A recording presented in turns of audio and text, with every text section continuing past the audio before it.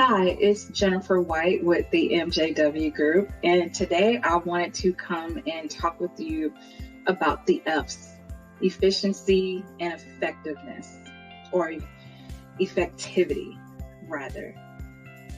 In business, you need to have a balance of both. I am all about efficiency here at the MJW Group.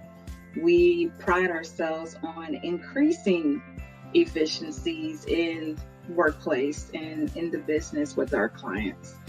But you also need to have a little bit of effectivity in your everyday business operations processes, because the organization needs to understand what are the important things that they need to work on. Once that is identified, then by all means, proceed forward with doing that work as efficiently as you can. And that's why you need a balance of both, because you don't want to spend your time increasing efficiency on the wrong things that aren't going to create any kind of synergy to your bottom line or increase profit to your bottom line, or just align well with the overall company direction. So I hope this short tip helped you as you strive to improve effectivity and efficiency in your organization. Thanks for watching. Bye.